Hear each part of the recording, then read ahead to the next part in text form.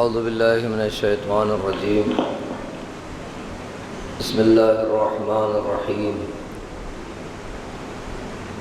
الحمد للہ رب العالمین الصلاة والسلام علی اشرف الانبیاء والمرسلین حبیب الہ العالمین الذی سمی فی السماء بأحمد وفي الأرضين بعبد القاسم محمد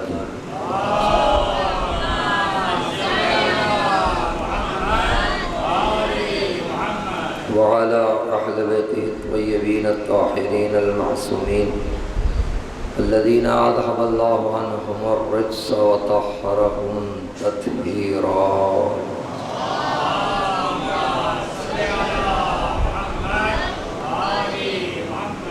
ولعنة الله على أعدائهم أجمعين قال رسول الله صلى الله عليه وآله وسلم إن الحسن والحسين إمامان قاما أو قعدا۔ امام علیہ السلام کے ظہور میں تعجیل کے لیے، امام کی رکاب میں جہاد اور شہادت کی توفیق کے حصول کے لیے، امام کے تمام دشمنوں کی نیست و نابودی کے لیے، رہبر کے سائے کے دوام کے لیے مل کر بآواز بلند صلوات۔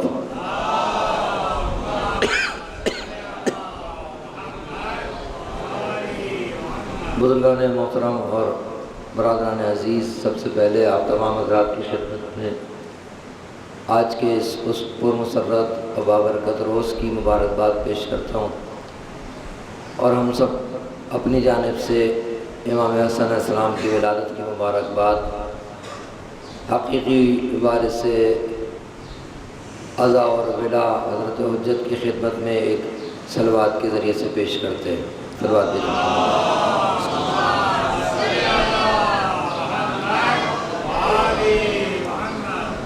روز ولادت امام حسن مجتبیٰ علیہ السلام ہے 15 رمضان المبارک۔ 15 رمضان وہ دن ہے کہ جب جناب فاطمہ زہرا اور امیر المومنین علیہ السلام کے ہاں پہلے فرزند کی ولادت ہوئی۔ یہ چھوٹے بچوں کے لیے عرض کر رہا ہوں تاکہ اگر ان سے سوال کیا جا سکے تو یہ جواب دے سکیں۔ حضرت فاطمہ اور امیر المومنین کا جو پہلا بیٹا ہے وہ مولا امام حسن علیہ السلام ہے۔ امام حسن علیہ السلام کی ولادت کے بعد آپ کا نام کس نے رکھا؟ نہ امیر المومنین نے رکھا، نہ حضرت زہرا نے رکھا، اور نہ ہی رسول اللہ نے رکھا۔ آپ کا نام خود خدا نے رکھا۔ مولا امام حسن علیہ السلام کی بہت ساری خصوصیات ہیں، اس میں سے ایک خصوصیت اور لقب جو بہت معروف ہے وہ امام حسن علیہ السلام کے لیے جو معروف لقب ہے وہ ہے اہل بیت سارے کریم ہیں، لیکن لقباً کریم اہل بیت امام حسن مجتبیٰ علیہ السلام ہے۔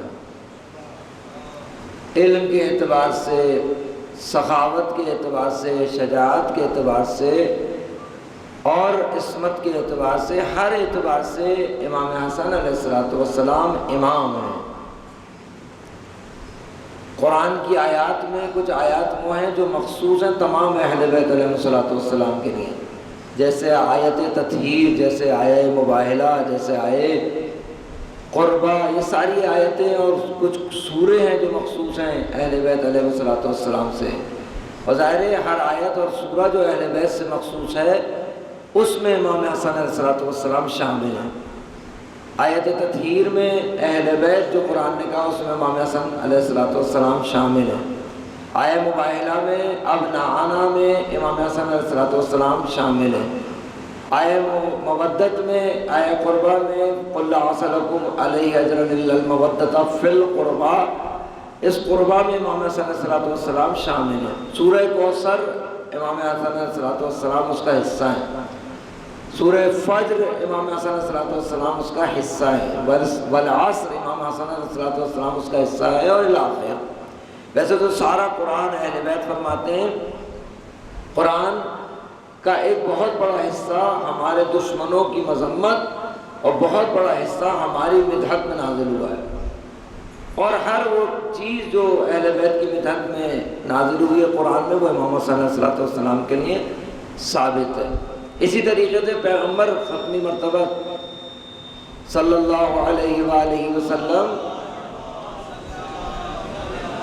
آپ علیہ السلام نے بہت ساری احادیث عمومی کہی ہیں، مثل اہل بیتی کا مثل سفینۃ نوح، اس جیسی جو احادیث ہیں کہ میرے اہل بیت کی مثال نوح کے سفینے کی سی ہے، اس جیسی ساری حدیثیں جو اہل بیت کے لیے ہیں، انی تارک فیکم الثقلین کتاب اللہ و عطرتی اہل بیتی، اس جیسی جتنی حدیثیں ہیں ظاہر سب کا ایک اتم مصداق امام حسن مجتبیٰ علیہ السلام ہے، لیکن بہت ساری حدیثوں میں کچھ حدیثیں ایسی ہیں جو خاص ہیں امام حسن اور امام حسین سے، جس طریقے سے ان الحسن والحسین سیدہ شباب اہل الجنہ، حسن اور حسین جنت کے جوانوں کے سردار ہیں۔ خود گفتگو ہے کہ جنت میں بوڑھا جائے گا کہ نہیں جائے گا، روایات کے اعتبار سے کوئی ایسا شخص نہیں ہے جو وہاں بوڑھا ہوگا۔ کیوں؟ جنت کمال کا نام ہے، بڑھاپا ضعیفی نقص ہے، وہاں اس کا امکان نہیں ہے کہ آدمی بوڑھا ہو۔ تو امام حسن اور امام حسین دونوں کے لیے خصوصیت سے بعض روایات ہیں، اسی میں سے ایک روایت اس مقدمے کے بعد کہ جس کو میں نے اس وقت کی گفتگو کے لیے سرنامہ کلام بیان قرار دیا ہے، وہ کیا ہے کہ پیغمبر نے، چھوٹے بچوں کو عرض کر رہا ہوں، پیغمبر نے فرمایا، کیا فرمایا؟ ان الحسن امام حسن علیہ السلام اور حسین امام حسین علیہ السلام کیا ہیں دونوں؟ پیغمبر یہ نہیں کہہ رہے کہ میرے نواسے ہیں، پیغمبر یہ نہیں کہہ رہے کہ یہ علی علیہ السلام کے بیٹے ہیں، فاطمہ علیہ السلام کے بیٹے ہیں، نہیں، ایسا کچھ نہیں ہے، رشتہ داری یا نسبت کا تذکرہ نہیں ہے یہاں، بلکہ پیغمبر کیا فرما رہے ہیں؟ ان الحسن والحسین امامان، حسن اور حسین کیا ہیں؟ امام ہیں۔ اب ظاہر ہے امام کیا ہوتا ہے، امام کی حقیقت کیا ہے، امام کی صفات کیا ہے، امام کی شؤون کیا ہے، پوری گفتگو ہے، ظاہر ہے اس کا موقع نہیں ہے، لیکن جس صفت سے پیغمبر اس حدیث میں متصف فرما رہے ہیں وہ کیا ہے؟ دونوں کے لیے حسن اور حسین دونوں امام ہیں، امام۔ اور پھر امام ہونے کے ساتھ ساتھ پیغمبر نے ایک صفت بیان کی، بہت سارے شؤون ہیں امام کے، امام کا معصوم ہونا ضروری ہے، امام کا عالم ہونا ضروری ہے، امام کا سخی ہونا ضروری ہے، امام کا شجاع ہونا ضروری ہے۔ اگر کوئی شخص خود سے امام بن بیٹھے تو اسے وہ ساری چیزیں ثابت کرنی پڑیں گی جو امام کے لیے ضروری ہیں۔ ہمارا مکتب یا ہم اگر کسی کو امام نہیں مانتے تو اس کی یہی وجہ ہے کہ اس میں وہ صفات نہیں دیکھتے۔ بحث یہ نہیں ہے کہ الف بے پہ کوئی امام ہے، بحث یہ ہے کہ ان صفات کا جو امام کے لیے ہونی ضروری ہے اگر کوئی شخص اس کا حامل ہے تو ہمارے ہاں تعصب نہیں ہے، ہمارے ہاں معیار ہے۔ ہم معیار پہ کسی کو امام قبول کرتے ہیں، معیار پہ کسی کو امام ہونے سے رد کرتے ہیں۔ ہمارے ہاں گفتگو نہیں ہے یہ کہ ہم کسی اور وجہ سے امامت کو قبول کرتے ہیں، نہیں، ہمارے ہاں معیارات ہیں، اور جو ہمارے ہاں معیارات ہیں وہ عقل و شرع و قرآن و حدیث سب سے ثابت ہے، فطرت انسانی کی ضرورت سے ثابت ہے، عقل انسانی کی ضرورت سے ثابت ہے کہ امام کیسا ہونا چاہیے۔ جس میں بہت اہم ترین جو چیز ہے وہ کیا ہے؟ وہ ہے امام کا منصوص من اللہ ہونا، یعنی اللہ سبحانہ و تعالیٰ کے علاوہ ہمارا اعتقاد ہے، حتیٰ ختمی مرتبہ کہ خود امام علی علیہ السلام سے امام حجت تک کوئی ایک بھی خود کو امام نہیں بنا سکتا ہے۔ ہمارے مکتب میں اس کی کوئی گنجائش نہیں ہے، یہ حق صرف اللہ سبحانہ و تعالیٰ کو ہے کہ وہ جسے اپنے علم کے مطابق چاہے امام بنائے، تو وہ منصوص من اللہ ہونا اس کا ہوتا ہے۔ اور پھر الاخر امامت کی گفتگو سے موضوع نہیں ہے، لیکن امام اللہ بناتا ہے، یہ اللہ کی جانب سے ہے، اور قبول کرنا ہماری جانب سے، یعنی انسانوں کی جانب سے۔ تو ہمارے ہاں اگر کسی کو امام قبول کرتے ہیں ہم تو معیار ہوتا ہے اس کا قبول کرنے کا۔ قرآن نے کہا جو اللہ کی جانب سے امام ہوتے ہیں ان کے لیے قرآن نے کیا کہا؟ قرآن کہتا ہے وَجَعَلْنَاهُمْ أَئِمَّةً يَهْدُونَ بِأَمْرِنَا، پروردگار کہتا ہے ہم نے ان کو ائمہ قرار دیا جو ہمارے امر سے ہدایت کرتے ہیں. اور ظاہر ہدایت اللہ کی جانب ہے کہ اللہ کی طرف ہدایت کرتے ہیں، لیکن اللہ کہتا ہے ہم نے انہیں امام قرار دیا. صفت کیا ہے، معیار کیا ہے، یہدون بامرنا.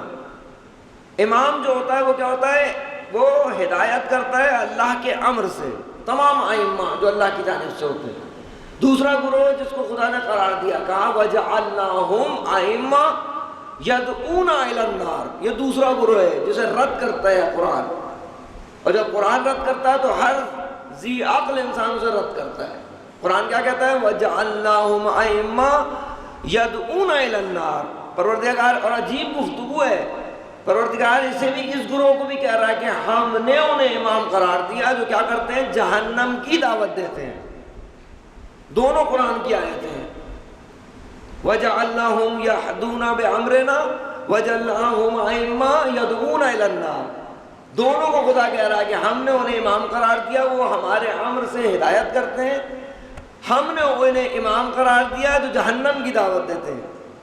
اب آپ دیکھ رہے ہیں قرآن کا مزاج، قرآن کا مزاج کیسا ہے. اب یہ دونوں گروہ ہیں، کسی بھی سمجھدار انسان کے آگے آپ رکھ دیں گے دونوں آیتیں سیدھی سیدھی کہ ان دونوں گروہوں میں سے کون سا امام آپ اختیار کریں گے، کس کو آپ رد کریں گے. ذرا سی بھی فطرت سالم ہو، ذرا سی بھی عقل سالم ہو، ذرا سی بھی سمجھ بوجھ رکھنے والا چھوٹے سے بچے سے بھی اگر آپ پوچھیں گے تو وہ یہی کہے گا، مجھے وہ امام نہیں چاہیے جو جہنم کی دعوت دیتا ہے. مجھے وہ امام چاہیے جو ہدایت کرتا ہے، اللہ کی جانب ہدایت کرتا ہے. صاف سا مسئلہ ہے بالکل.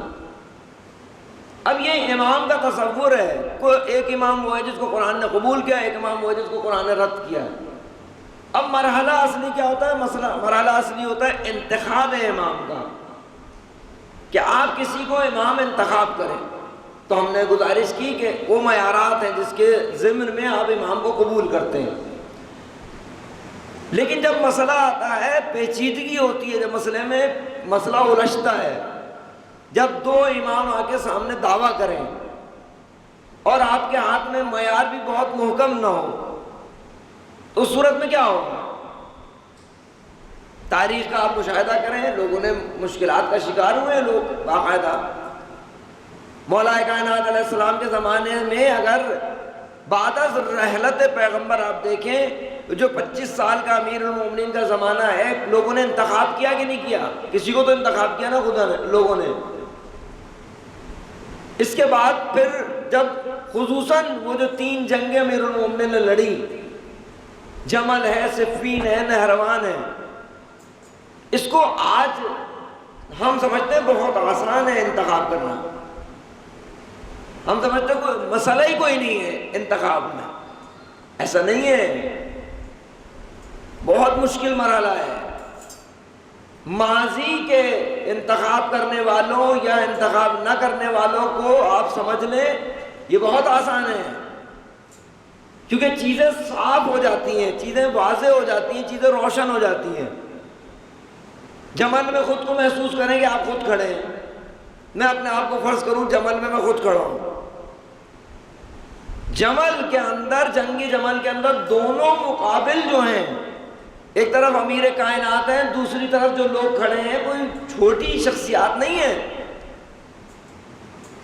اپنے زمانے کی بھرپور شخصیات ہیں، بھرپور شخصیات ہیں جو جمل میں مقابل کا امیر المومنین کے. اگر آپ وہاں کھڑے ہوں اور آپ کے ہاتھ میں معیار نہ ہو تو انتخاب کر سکتے ہیں، حقیقت کا، حق کا انتخاب کر سکتے ہیں آپ. بہت مشکل کام ہے، بہت مشکل مرحلہ ہے اگر انسان کے ہاتھ میں معیار نہ ہو. اور معیار ہونے کے بعد اگلا مرحلہ یہ ہے کہ اس معیار کو ہضم کرنے کا اس کے اندر قوت بھی ہو.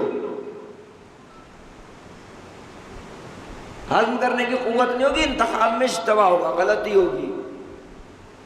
اس کے لیے باقاعدہ ہنر چاہیے. ایک ہنر قرآن نے جو بیان کیا وہی بیان کیا ہے کہ تم تقوی الہی اختیار کرو، ہم تمہیں حق اور باطل کی تمیز سکھا دیں گے. یہ جو کہتے ہیں نا دین پر عمل کرنا، یہ جو تقوی اختیار کرنا، یہ جو اپنے آپ کو گناہ سے محفوظ کرنا، یہ جو اپنے آپ کو معصیت الہی سے محفوظ کرنا، آنکھ کو، کان کو، ہاتھ کو، دل کو، زبان کو بچانا، اس کا سب سے بڑا فائدہ یہ ہے کہ کبھی بھی انسان حق اور باطل کی تمیز میں غلطی نہیں کرتا، جو اہم ترین مسئلہ ہے زندگی کا۔ ورنہ کیا ہے، ورنہ مرضی ہے، آلودگی کبھی بھی صحیح فیصلہ نہیں کرنے دیتی، یہ کرنے دیتی ہے۔ آپ نے اینک لگائی ہوئی ہے، جو لوگ اینک لگاتے ہیں، اس اینک کو آلودہ کر دیں، دیکھ سکیں گے؟ اگر اینک آلودہ ہو جائے آپ منظر کو صحیح دیکھ پائیں گے؟ جب آپ منظر دیکھ ہی نہیں پائیں گے تو کیسے طے کریں گے کہ دن ہے کہ رات ہے؟ اس کے لیے اسے صاف کرنا پڑے گا، پاکیزہ کرنا پڑے گا۔ جس طریقے سے یہ اینک کی مثال ہے، اسی طریقے سے مولا نے فرمایا نا، انسان کی 4 آنکھیں ہیں، ایک چہرے پر ہے، دو چہرے پر ہیں، 2 دل میں۔ یہ ظاہری مناظر ان ظاہری آنکھوں سے دیکھے جاتے ہیں، لیکن حق و باطل کی تمیز ان آنکھوں سے نہیں ہوتی، وہ دل کی آنکھوں سے ہوتی ہے۔ وہ اگر کھلی ہوگی تب آپ صحیح تمیز کر پائیں گے اور صحیح پہچان کر پائیں گے، اور وہ پاکیزگی سے حاصل ہوتی ہے۔ امامت کو پہچاننے کے بعد امامت کے فیصلوں پر راضی رہنا۔ امام قبول کر لیا آپ نے کسی کو، اس کے بعد سخت مرحلہ یہ ہوتا ہے کہ اس کے فیصلوں پر راضی رہنا، ورنہ قدم قدم پہ لوگ ملیں گے، یہ کیا کر رہے ہیں، یہ کیا کر رہے ہیں۔ نہیں، آپ نے دیکھا جب مدینے سے سرکار سید الشہداء نکلے، کتنے لوگ ایسے ہیں جو امام کو امام مانتے ہیں، کوئی ایسا جو امام حسین کو امام نہ مانتا ہو؟ کیسے کیسے لوگ آگے مشورہ دے رہے ہیں، یہاں چلے جائیں، وہاں چلے جائیں، نہ جائیں، یہ سب فیصلے کر رہے نہیں کر رہے لوگ باتیں امام سے۔ یہ کیا وجہ ہے؟ کیا وجہ؟ وجہ یہ ہے کہ یہ اس نے امام کو مان تو لیا ہے امام، لیکن امام کے فیصلوں کو سمجھ نہیں پا رہا۔ کیونکہ اگر امام کے فیصلوں کو صحیح سمجھ رہا ہو تو کبھی امام کے سامنے گفتگو نہ کرے، بالکل گفتگو نہ کرے۔ جیسے بہت سارے کردار امام حسین کے ساتھ ہیں، آپ نے کبھی سنا ہے کہ حضرت عباس نے کچھ کہا ہو امام کو؟ مولا عباس نے کہا ہو کہ یہ کیا کر رہے ہیں، یہاں کا یوں کر لیں، یوں کر لیں، کبھی سنا ہے؟ کیا فرق ہے بقیہ میں اور ان میں؟ وہی فرق ہے، صرف امام کو مانا نہیں ہے، امام کے فیصلوں پر کاملاً اطمینان ہے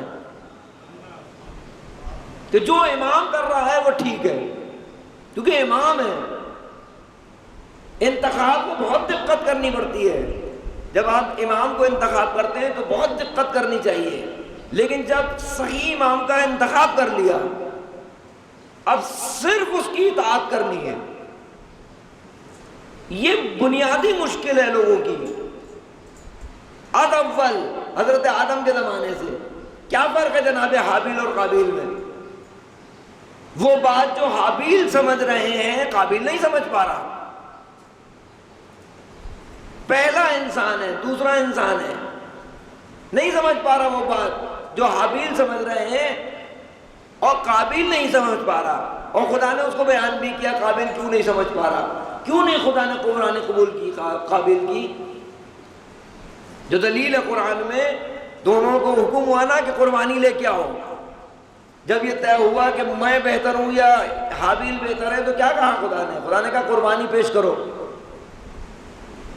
قربانی پیش کی گئی۔ اب اس کا مطلب ہے صرف قربانی اللہ نے طلب نہیں کی، اللہ کا معیار کوئی چیز لا کے رکھ دینا نہیں ہے خدا کی بارگاہ میں، جس طرح سے عام طور پر ہم زندگی میں کرتے ہیں۔ قربانی تو ہم بہت دیتے ہیں، کرتے تو ہم بہت کچھ ہیں، لیکن پروردگار نے حابیل علیہ السلام کی جو قربانی قبول کی اور قابیل ملعون کی جو قربانی رد کی، معیار کیا بیان کیا قرآن میں؟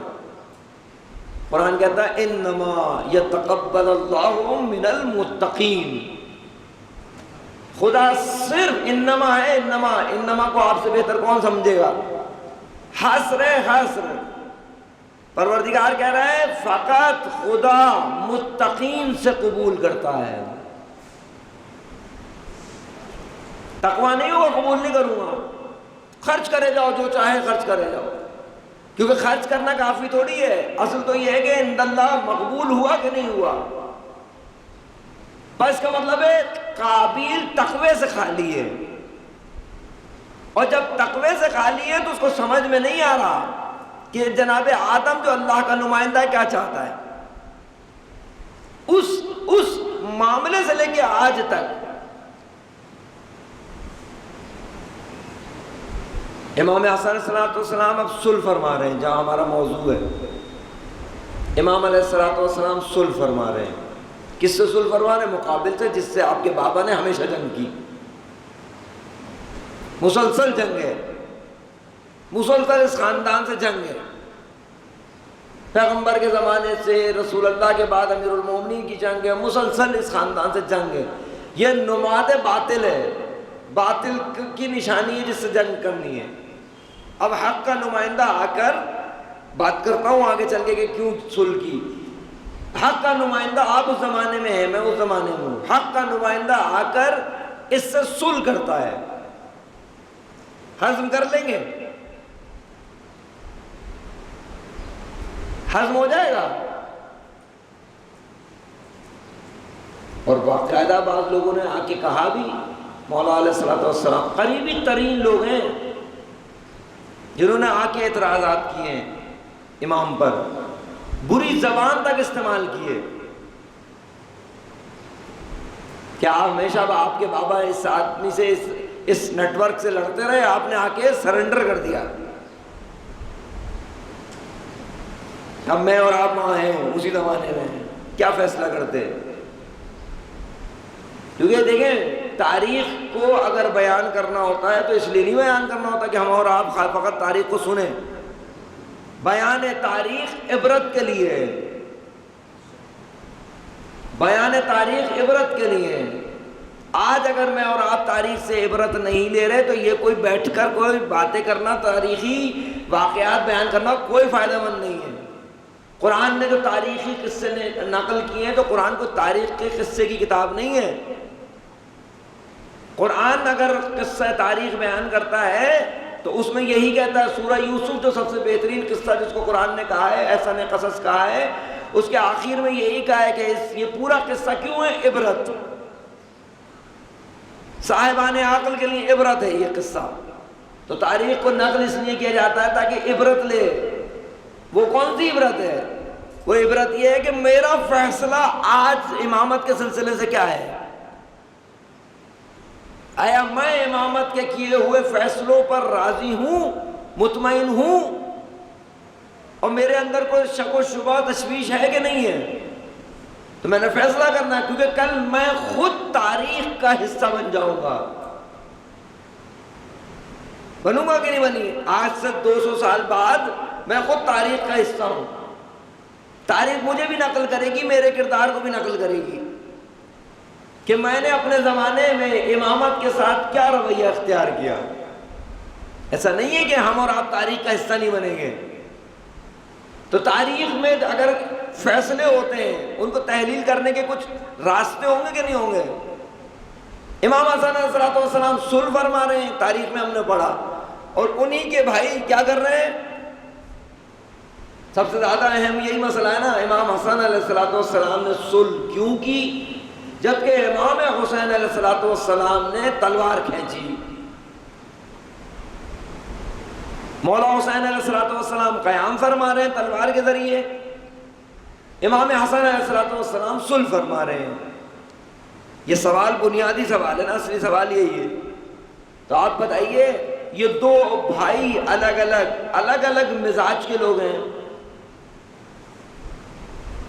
دو بھائی ہیں یہ جو الگ الگ مزاج کے لوگ ہیں. بعض لوگوں کے ذہنوں میں شاید تصور بھی یہی ہے، امام حسن علیہ السلام یعنی صرف صلح، امام امن فقط. بحث نہیں ہے کہ امام امن نہیں ہے وہ، لیکن کسی کے ذہن میں یہ تصور ہو امام حسن یعنی فقط امام امن و صلح. یہاں کچھ بھی ہو جائے، ہر حال میں شرائط کچھ ہو، امام حسن نے قیام نہیں کرنا، ایسا ہے. یا امام حسین علیہ السلام امام جنگ فقط. کوئی حالات ہو جائیں، کوئی شرائط ہو جائیں، امام حسین نے ہر حال میں تلوار کھینچنی ہے. ایسا ہے؟ یقیناً ایسا نہیں ہے. لیکن اس مسئلے کو بیان کیا گیا ہے، سمجھا گیا ہے ہمارے درمیان. دوسرے، اس مسئلے کو بیان کرنے اور سمجھنے کی ضرورت ہے کہ نہیں ہے؟ کیا آپ اس تاریخی واقعات سے آج کے مسائل کو حل کرنے کی کوشش کریں. واضح ہے بہت، جب کوئی امام حسن جو بیان ہوا ہے اب تک وہ یہ بہت بیان ہوا ہے کہ امام حسن علیہ السلام نے جو صلح فرمائی اور مولا حسین علیہ السلام نے جو قیام فرمایا، ان دونوں کی شرائط میں فرق ہے، ان دونوں کے حالات میں فرق ہے. دوسرے، آیا پیغمبر کی سیرت میں صلح نظر نہیں آتی، پیغمبر کی سیرت میں جنگ نظر نہیں آتی، امیر کائنات کی سیرت میں صلح اور جنگ دونوں نظر نہیں آتی. خود مولا حسین علیہ السلام کی زندگی میں کبھی آپ نے صلح کی ہے؟ اگر انہی 4 معصومین کو دیکھا جائے تو بہت ساری چیزیں آسان ہیں. میں چھوٹے بچوں کے حوالے کر رہا ہوں. پیغمبر جب مکے میں ہیں، پیغمبر نے جنگ کی ہے. 40 سال تک جب اعلان نبوت نہیں کیا ہے، کیا کیا ہے پیغمبر نے؟ 2 صورتیں، یا تو پیغمبر بالکل ڈی ایکٹیو ہے، کچھ نہیں کر رہے. یہ تصور کر سکتے ہیں ہم کہ پیغمبر اپنی تحریک کو بالکل مخفیانہ طور پر بھی نہیں چلا رہے. پیغمبر پہلے دن سے اپنی تحریک کو مخفیانہ طور پر چلا رہے ہیں اور لوگوں کو آمادہ کر رہے ہیں، لوگوں کو تیار کر رہے ہیں، لوگوں کے لیے آمادگی کے لیے زمینہ سازی کر رہے ہیں، کچھ کرداروں کو تیار کر رہے ہیں. تقریباً 40 سال ہے نا ہجرت سے پہلے جو مکے میں گزارے ہیں، بعثت سے پہلے. یہ جو پیغمبر کی خاموشی ہے، یہ جو پیغمبر کا مخفیانہ طور پر تحریک چلانا ہے، اس کو صلح نہیں کہیں گے آپ. صلح کا مطلب خالی یہ نہیں ہے ایگریمنٹ ہو، 2 طرفہ گورنمنٹ جو ہے نا مقابل کے ساتھ مخالف کے ساتھ کوئی خط و کتابت ہو فقط، ایسا تو نہیں ہے. پیغمبر کی سیرت میں صلح حدیبیہ کی گفتگو ہم سمجھتے ہیں صلح حدیبیہ کو لے کے آئیں گے مثال کے طور پر، نہیں، ایسا نہیں ہے. پیغمبر کا مخفیانہ طور پر اپنی تحریک کو چلانا، مخفیانہ طور پر چلاتے رہے پیغمبر. اس کے بعد کیا ہوا؟ مسلسل پریشر ہے. ساتھی جو تیار ہو گئے، جناب حمزہ جیسے لوگ، جنگجو بہادر، وہ شخص کہ جو مکے کے اندر کعبے کے گرد ہزاروں آدمی کے درمیان اگر صدا بلند کرے تو سب کی سانسیں رک جائیں. وہ شجاعت کا عالم ہے جناب حمزہ کا، اکیلے کافی ہیں. اور پھر پورے بنی ہاشم. ایسا نہیں کہ پیغمبر کمزور ہیں. کوئی سمجھے کہ پیغمبر مخفی طور پر اس لیے تحریک چلا رہے ہیں کہ پیغمبر کے پاس قوت نہیں ہے. ایسا ہے کہ قوت نہیں ہے پیغمبر کے پاس، بہت قوت ہے پیغمبر کے پاس.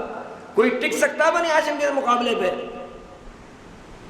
جب ہجرت کا مرحلہ آیا ہے تب بھی جو اسٹریٹجی تیار کی ہے دشمن نے، ابو جہل لوگوں نے کیا کی تھی؟ انہوں نے کہا، پہلا ان کا اسٹیٹمنٹ یہ تھا کہ محمد اور ان کے خاندان سے ہم تنہا نہیں لڑ سکتے. سارے قبیلے مل کے کفر کے کہہ رہے ہیں ہم سب مل کے بھی اس خاندان سے تنہا نہیں لڑ سکتے.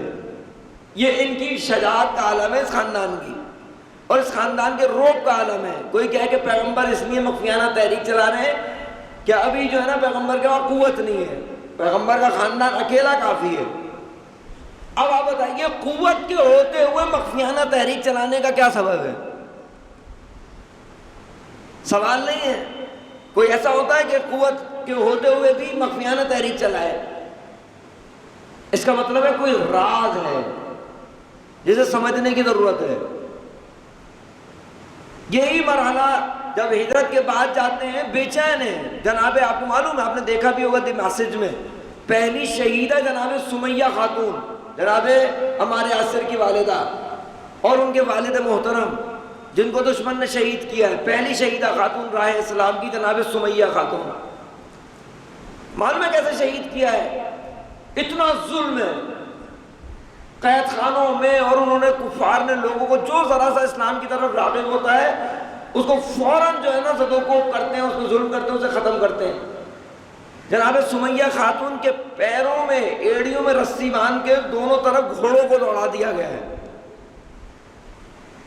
اس کے بعد کتنا انقلاب آنا چاہیے اور کیسی جنگ ہونی چاہیے، نہیں کی۔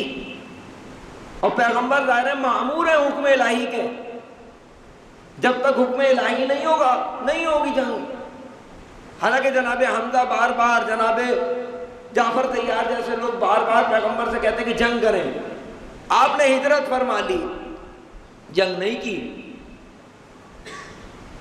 جنگ نہیں ہوئی، چلے گئے مدینے کے، اب ظاہر ہے اس کو پھیلا نہیں سکتا ہوں، مدینے میں پھر آیا اس نے جہاد، تو بدر شروع ہوئی، اور بدر میں آپ کے سامنے ہے، پھر احد ہوئی اور ساری جنگیں ہوئی، پھر جا کے صلح کے وقت آخری بات اس حصے کی، صلح حدیبیہ جس وقت کی ہے، معلوم ہے 10,000 لوگوں کے ساتھ پیغمبر مکے کے باہر ٹھہرے ہوئے ہیں۔ کتنے لوگ ہیں؟ 10,000 آدمی، اور تمام جو جنگجو ہیں اسلام کے سب ساتھ ہیں، حتیٰ امیر کائنات۔ اب آپ بتائیے اس موقع پہ مکے کو فتح کیوں نہیں کر رہے؟ کوئی مسئلہ ہے؟ 10,000 کا 313 کے لشکر کے ساتھ بدر میں ان کو تہس نہس کر دیا، اب تو 10,000 آدمی آپ کے ساتھ ہیں، مکے پہ چڑھائی کریں، مکے کو ختم کر دیں۔ ایسا کیا پیغمبر نے؟ نہیں، پیغمبر نے ایسا نہیں کیا، مکے پہ چڑھائی کر کے مکے کو تباہ نہیں کیا، پھر وہی صلح ایگریمنٹ، اس جا کے اس ایگریمنٹ کو پڑھیں جو پیغمبر نے شرائط لکھی ہیں، ایسی عجیب ہے کہ اگر میں اور آپ ہوں تو ہر شرط پر پیغمبر پر اعتراض کریں اگر بات کو نہ سمجھ رہے ہوں۔ کفار کا کوئی آدمی ہماری طرف آ جائے، ایک شرط ہے، کفار کا کوئی آدمی ہماری طرف آ جائے اور اگر کفار مطالبہ کریں تو ہمیں یہ شخص واپس کرنا ہوگا۔ ہمارا کوئی آدمی اگر کفار کی طرف چلے جائے یا کفار اسے قید کر لیں تو ہم حق کا مطالبہ نہیں رکھتے۔ ظاہر میں کیا لگ رہا ہے، یہ قبول کریں گے؟ اور یہ آدمی فرض کریں میرا بھائی ہو، سگا بھائی ہو، جو پیغمبر کے ساتھ ہو، میں اور میرا بھائی پیغمبر کے ساتھ ہو، اور میرے بھائی کو وہ اغوا کر لے اور مجھے حق نہیں ہو کہ میں اپنے بھائی کو ان سے لوں، جبکہ میرے پاس طاقت بھی ہو۔ دیکھیں کتنا حساس ہے مسئلہ۔ پیغمبر نے پوچھا گیا تو پیغمبر نے اس کی حکمت یہی بیان کی، تمہیں اندازہ نہیں ہم نے کیا لکھ دیا ہے۔ وہ یہ سمجھ رہے ہیں جو تم سمجھ رہے ہو، وہ لوگ سمجھ رہے ہیں کہ ہماری اس میں کمزوری ہے، ان کی اس میں طاقت ہے۔ پیغمبر فرماتے ہیں مسئلہ یہ ہے کہ جب ان کا آدمی ہمارے ہاں آ کے کچھ دن رہے گا تو ہم اسے کچھ ہی دن میں مبلغ اسلام بنا دیں گے،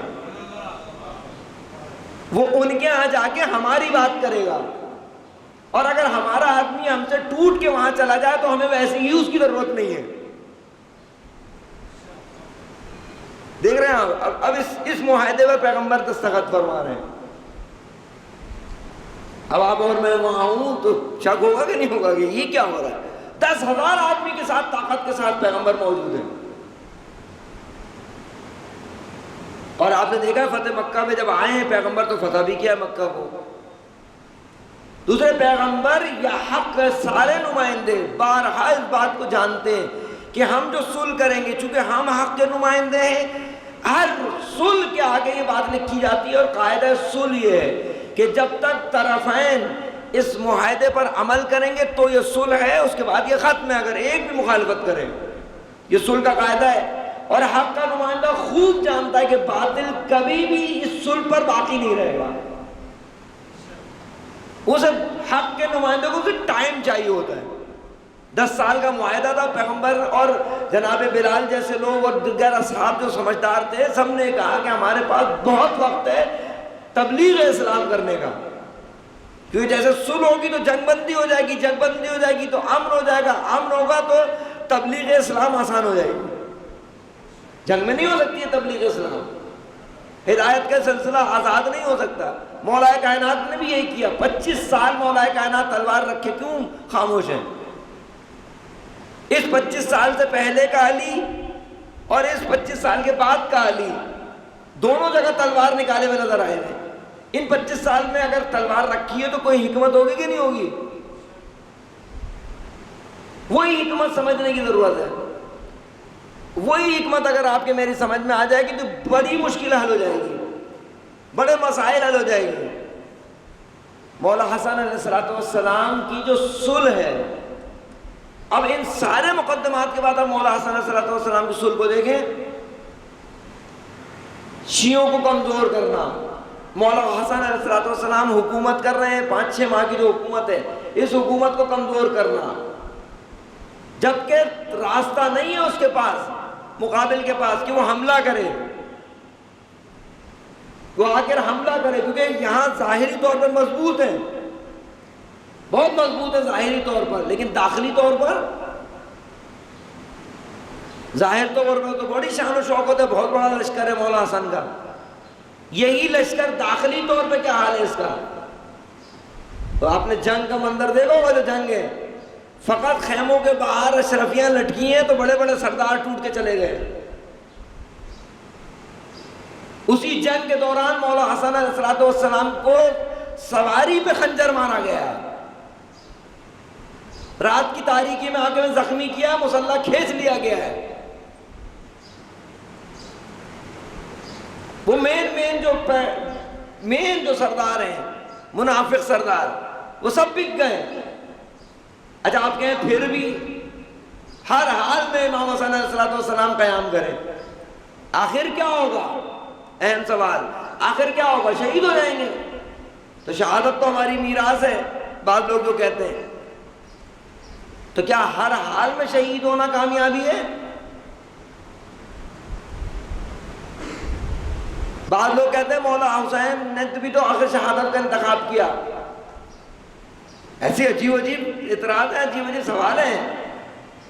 اس کی پہلی بات تو یہ ہے کہ امامت کو نہیں سمجھا ہے. ساری چیزیں ایک طرف, شرائط تاریخ ایک طرف, ہدف ایک طرف, سب ایک طرف. اہم ترین چیز یہ ہے کہ امام کا فیصلہ ہے. سب سے اہم رکن اگر کسی کو مسئلے کو سمجھنا ہے تو پہلی اور اہم ترین بات یہ کہ امام کا فیصلہ ہے. اگر امام کے فیصلے کے بعد دل میں شک و شبہ ایجاد ہو رہا ہے تو انسان کو فیصلے نہیں, اپنا علاج کرنا چاہیے. لیکن اس کا مطلب نہیں ہے دروازہ بند ہے کہ تحلیل نہ کیا جائے, تجزیہ نہ کیا جائے. مولا حسین علیہ السلام کے قیام کے اسباب میں موٹے موٹے اسباب سب کو پتہ ہے. ایک کیا ہے؟ مقابل کا یزید کا بیعت کا مطالبہ. دوسرا اہم ترین بات کیا ہے؟ کوفیوں کی دعوت. اہم ترین چیزوں میں سے, بہت سارے عوامل میں سے اہم ترین عوامل کم از کم یہ ہے. تیسری بات کیا ہے؟ امام حسین علیہ السلام حکومت کا حصہ ہیں یا باہر ہیں؟ اہم ترین رکن ہے جو لوگوں کو شاید علم نہ ہو, جس کا مولا حسین علیہ السلام مدینے میں جو صورتحال ہے اس وقت حکومت کس کی ہے؟ امام حسن علیہ السلام کی شہادت کے بعد کسی کی حکومت نہیں ہے. ان کے نمائندے بیٹھے ہیں آگے مقابل کے. اس نے اعلان کر دیا کہ بھائی یہ جو بادشاہ ہے یزید, اس کی حکومت ہے. سب جگہ اعلان ہے. امام حسین حکومت کا حصہ نہیں ہے. دوسری جانب سے بیعت کا مطالبہ ہے. تیسری جانب خطوط ہیں کوفیوں کے جو ظاہری طور پر یہ ظاہر کرتے ہیں کہ امام کو آوان و انصار موجود ہیں. اب امام حسین قیام نہ کریں تو مشکل ہے. ظاہری شرائط پوری ہو رہی ہیں اور امام حسن علیہ السلام سے نہ بیعت کا مطالبہ ہے بلکہ صلح کا مطالبہ ہے. امام سے صلح کا مطالبہ کیا جا رہا ہے.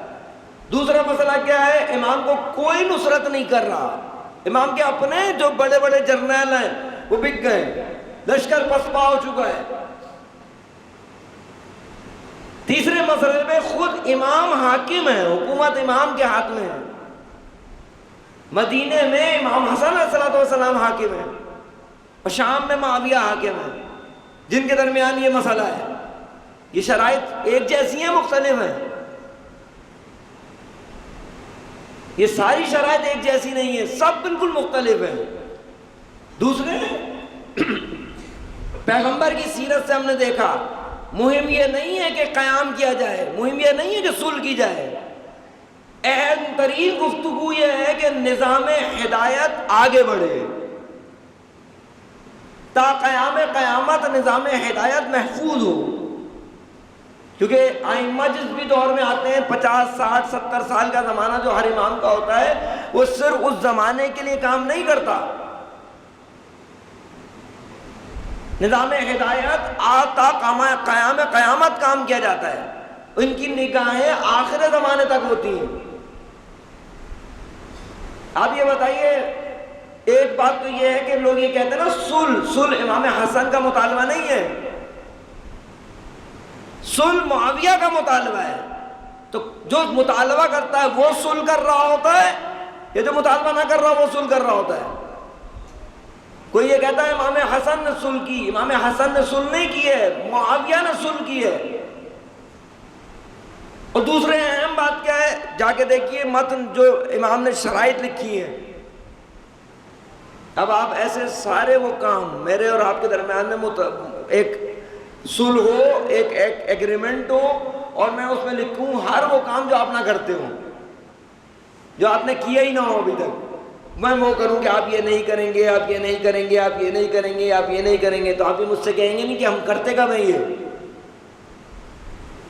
لیکن اگر آپ کرتے ہو وہ ساری چیزیں، تو میرا لکھنا کہ آپ یہ نہیں کریں گے، آپ ممبروں سے تبرہ بند کروائیں گے امیر المومنین پر، آپ جو ہے شیعوں کو سیکیورٹی دیں گے، اور جیسی جو ساری آپ کو شرائط لکھیں گے، تو اس کا مطلب یہ ہے کہ آپ اقرار کر رہے ہیں نا جب آپ دستخط کریں گے کہ آپ یہ کرتے ہیں۔ ایک تو صلح امام نے نہیں کی، دوسری ساری شرائط وہ ہیں جس سے معاویہ کا چہرہ بالکل فاش کیا امام نے، اس کا دستخط کرنا بتا رہا ہے کہ یہ سب کرتا ہے وہ۔ اور آخری بات کیا ہے، امام علیہ السلام اور اس کا ہدف کیا ہے، چاہتا کیا ہے، چاہے معاویہ ہو چاہے یزید ہو، ٹارگٹ کیا ہے ان کا، ہدف کیا ہے، صلح سے یا جنگ سے؟ ان کا اپنا ہدف ہے، امامت کا اپنا ہدف ہے، ان کا ہدف ہے حق کو ختم کرنا، کلمہ حق کو ختم کرنا، لا الہ الا اللہ محمد رسول اللہ کو تمام کرنا، ختم کرنا۔ امامت کا اصل ہدف یہ ہے کہ تا قیام قیامت کلمہ لا الہ الا اللہ محمد رسول اللہ کو باقی رکھنا۔ آج کے زمانے میں اگر کوئی یہ پوچھے کہ امام حسن علیہ السلام نے جو صلح کی، امام کو شکست ہوئی یا فتح، تو اس کا صرف وہی جواب ہے جو امام سجاد نے دیا تھا جب کربلا سے پلٹے تھے، ابھی اترے نہیں تھے، کسی نے آگے پوچھا کہ آپ جو کربلا گئے تھے آپ جیتے یا ہارے؟ تو امام سجاد نے کیا فرمایا تھا؟ امام نے فرمایا ہماری جیت کا اعلان گنبدوں سے ہونے والی اذانیں کریں گی۔ آج امام حسن کا موقف باقی ہے یا معاویہ کا موقف باقی ہے؟ امام حسن علیہ السلام صلح نہ فرماتے تو پھر دشمن کو حق ملتا۔ کیا کہتا وہ؟ ہم تو صلح پسند تھے، ہم تو صلح کرنا چاہ رہے تھے، حسن ابن علی نے ہمیں موقع نہیں دیا، امام نے اس کا راستہ بند کر دیا، کیونکہ امام کو پتا ہے کہ صلح پر عمل نہیں کرے گا۔ لیکن اس وقت تقاضا یہ ہے حکمت کا کہ اس سے صلح کی جائے، کیونکہ کہتے ہیں نا کہ لمبی چھلانگ لگانے کے لیے پیچھے جانا پڑتا ہے۔ تو امام علیہ السلام، دوسرا مسئلہ اور آخری مسئلہ، امام علیہ السلام نے صلح نہیں کی، امام علیہ السلام نے شرائط کو لکھ کر اس سے دستخط لے کر اس سے اقرار کروایا سارے اس کے جرائم کا۔ تیسری اور آخری بات، امام حسن علیہ السلام صلح نہ کریں تو امام حسین کو کربلا کے ساتھی نہیں ملیں گے۔ آدھی سے زیادہ فوج امام حسین علیہ السلام کی صلح نہ کریں، امام حسن قیام کریں تو یہ ابھی شہید ہو جائے گی۔ اس کا بہت امکان ہے کہ وہ جب لشکر حملہ کرے گا، لشکر آپ کا پسپا ہو چکا ہے، اور اگر دشمن حملہ کرے گا جو اصل فوج ہے جو آئندہ آنے والے وقتوں میں اسلام کے لیے کام آنے والی ہے، وہ بھی ختم ہو جائے گی۔ پھر امام حسین کو بھی انتظار کرنا پڑے گا قیام کا۔ فتح کربلا کے اندر اصل محرک صلح امام حسین ہے، حسن ہے، جس کی دخالت ہے باقاعدہ۔ موقع مل گیا، جب صلح ہو گئی، موقع مل گیا پھر امامت کو اپنے اصحاب کو تیار کرنے کے لیے، کیونکہ امامت علامات کے ذریعے سے آگے نہیں بڑھتی ہے، جو ہم ہمیشہ انتظار کر رہے ہیں بعض منتظرین صاحب الزمان کہ کب وہ علامتیں پوری ہوں گی کہ ظہور ہوگا۔ امامت علامتوں سے آگے نہیں بڑھتی ہے، امامت شرائط سے آگے بڑھتی ہے۔ آج کے زمانے میں ہماری ذمہ داری علامات کا انتظار نہیں ہے، ہماری ذمہ داری ہے وہ شرائط فراہم فرمائیں کہ جس کے ذریعے سے حضرت ظہور فرمائیں۔ اس میں ایک اہم ترین شرط یہ ہے کہ خود کو اتنا پاکیزہ کریں کہ صحیح فیصلے کی طاقت آپ میں پیدا ہو جائے۔ سمجھ پا رہے ہیں آج جو کچھ ہو رہا ہے؟ سمجھ پا رہے ہیں؟ میں کسی بھی طریقے سے کسی بھی طرف کی بات نہیں کر رہا اس وقت، لیکن آپ سمجھ پا رہے ہیں معاملات کو؟ اگر سمجھ نہیں پا رہا میں تو یقیناً میری اپنی پاکیزگی کی مشکل ہے جسے میں دور کرنا ہے، چاہے تقوی فردی ہو چاہے تقوی اجتماعی ہو۔ تقوی اجتماعی یعنی پورے معاشرے کا گناہ سے محفوظ رہنا، تقوی فردی میں موقوف ہے۔ سمجھ پا رہے ہیں؟ جتنے سامنے آپ کے سامنے انٹرنیشنلی بھی دیکھ لیجئے اور پاکستان کی سطح پہ بھی دیکھ لیجئے، آپ کو سمجھ میں آ رہا ہے حق کس طرف جا رہا ہے اور باطل کس طرف لے جانا چاہ رہا ہے، جبکہ باطل تقریباً تمام میدانوں میں فیل ہو چکا ہے۔ ہمیشہ بہت زیادہ آخری زمانے میں رہبر معظم کی زیادہ تاکید ہے کہ کبھی اس بات کے قائل ہونے کی ضرورت نہیں ہے کہ امریکہ کسی بھی میدان میں کامیاب ہوگا یا ہوا ہے۔ آپ کے ہمارے سامنے ہے، جیسے جیسے وقت بڑھتا چلا جا رہا ہے، آپ بتائیے امریکہ کی قدرت کا دائرہ بڑھ رہا ہے یا گھٹ رہا ہے؟ کہاں جا رہا ہے یہ امریکہ؟ سکڑ رہا ہے، سکڑے چلا جا رہا ہے، سکڑے چلا جا رہا ہے، سکڑے چلا جا رہا ہے، اور حق مسلسل پھیلتا چلا جا رہا ہے۔ اس وقت دنیا میں کوئی قوم اگر مظلوم واقع ہوتی ہے، ملک کی سطح پہ سب سے پہلے اپنی حمایت کے لیے کس کی طرف دیکھتی ہے؟ جو بھی امریکہ کے ظلم کا شکار ہوتا ہے، ظالم جب اس پر ظلم کرتا ہے اور یہ مظلوم واقع ہوتا ہے ملک کی سطح پہ، اس کی نگاہیں، مظلوم کی نگاہیں کس ملک کی طرف ہوتی ہیں کہ کوئی مدد کرے نہ کرے یہ ضرور کرے گا؟ وہ کون ہے؟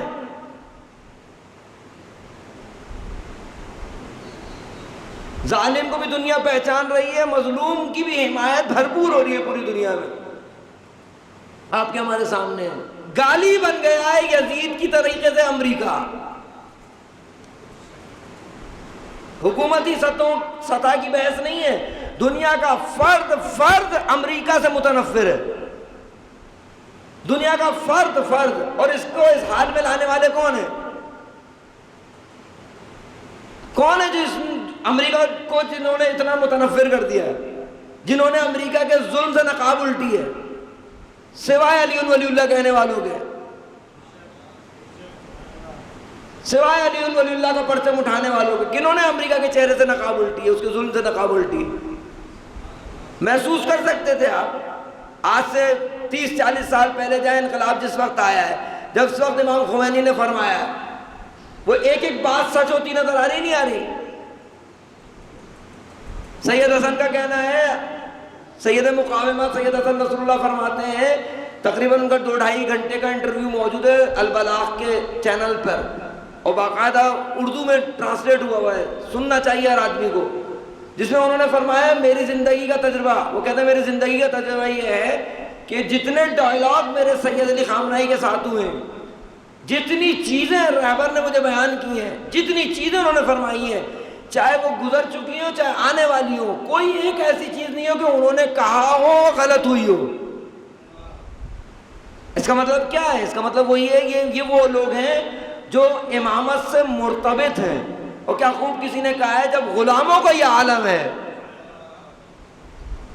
یہ غلام ہی دشمن سے نہیں سنبھل رہا ہے، تو جب آقا فرد تشریف لائیں گے تو کیا عالم ہوگا؟ لیکن آقا ایسے نہیں آئیں گے جب تک غلام کوشش نہیں کریں گے، جب تک غلام وہ شرائط مہیا نہیں کریں گے۔